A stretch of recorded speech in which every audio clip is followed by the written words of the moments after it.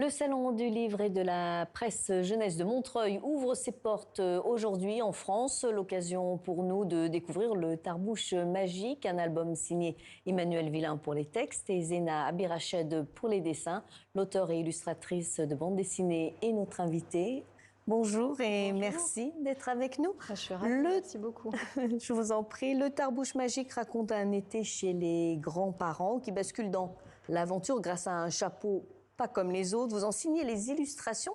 Qu'est-ce qui vous a inspiré pour créer cet univers visuel ? C'est d'abord une très belle proposition d'Emmanuel Villain, que je connaissais un peu avant de travailler avec lui, et d'une super éditrice à l'École des loisirs, Hélène Millot. Et tous les deux ont eu l'idée de me proposer ce projet. Alors, est-ce qu'Emmanuel avait pensé à moi en écrivant ? Parce que quand même, le Tarbouch, le Liban, les racines, tout ça, ce sont des thèmes qui me sont chers. En tout cas, voilà, on s'est rencontrés avant de travailler ensemble et on s'est rendu compte qu'on avait plusieurs atomes crochus, notamment concernant l'amour du Liban, puis justement cette transmission de l'identité. Et voilà. Et le résultat est très bien. Les grands-parents, l'ennui des vacances, ce sont des thèmes universels. Comment vous êtes-vous approprié cette ambiance estivale et familiale ? Alors moi, elle m'a beaucoup touchée, cette petite fille qui s'appelle Zalfa, qui est, disons, le personnage principal peut-être après le Tarbouch. C'est une petite fille qui est donc fille unique. Elle dit que c'est pratique parce qu'elle n'a pas de frère qui l'embête ou de sœur qui lui tire les cheveux, mais que parfois c'est quand même un peu ennuyeux tout ça. Et elle se retrouve justement chez ses grands-parents et elle s'ennuie. Et son grand-père, qui est très sympathique et très facétieux, décide de lui faire une blague. J'ai trouvé déjà ces quelques ingrédients très enthousiasmants. Et ce qui va se passer, en fait, c'est que ce grand-père va envoyer Zalfa jouer au grenier, parmi des vieilleries qu'elle découvre, des vieilleries poussiéreuses. Et elle découvre ce couvre-chef, le Tarbouch, qui est un couvre-chef en feutre rouge qui est hérité de l'Empire ottoman, en réalité. Donc c'est un vieux truc. Alors on ne va pas tout dévoiler, mais qu'espériez-vous transmettre aux jeunes lecteurs de la nostalgie, de la période de l'enfance, alors justement, de la tendresse aussi? Bien sûr, la tendresse, c'est une manière, finalement, cette histoire est l'occasion de raconter en creux la transmission des racines, d'un patrimoine culturel, d'une identité, à travers un petit conte et à travers ce Tarbouch qui fait partie de notre univers.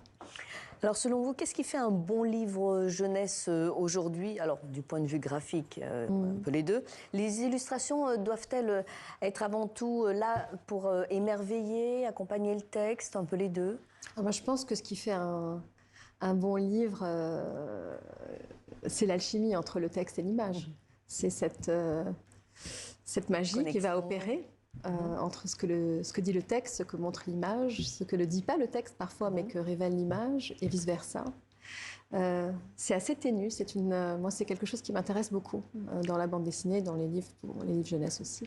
Alors l'héroïne découvre que le chapeau n'est vraiment pas ordinaire. Comment avez-vous abordé cette part de magie ? Très simplement. Oui. C'est-à-dire que ce qui est formidable, c'est c'est-à-dire je me suis un peu identifiée à cette petite fille. D'ailleurs, je me suis autorisée à lui donner ma coiffure. Et je me suis bien amusée, en réalité, avec elle et avec ce grand-père, puisqu'entre-temps, j'ai grandi, donc j'ai aussi je m'amuse aussi de la blague de l'adulte.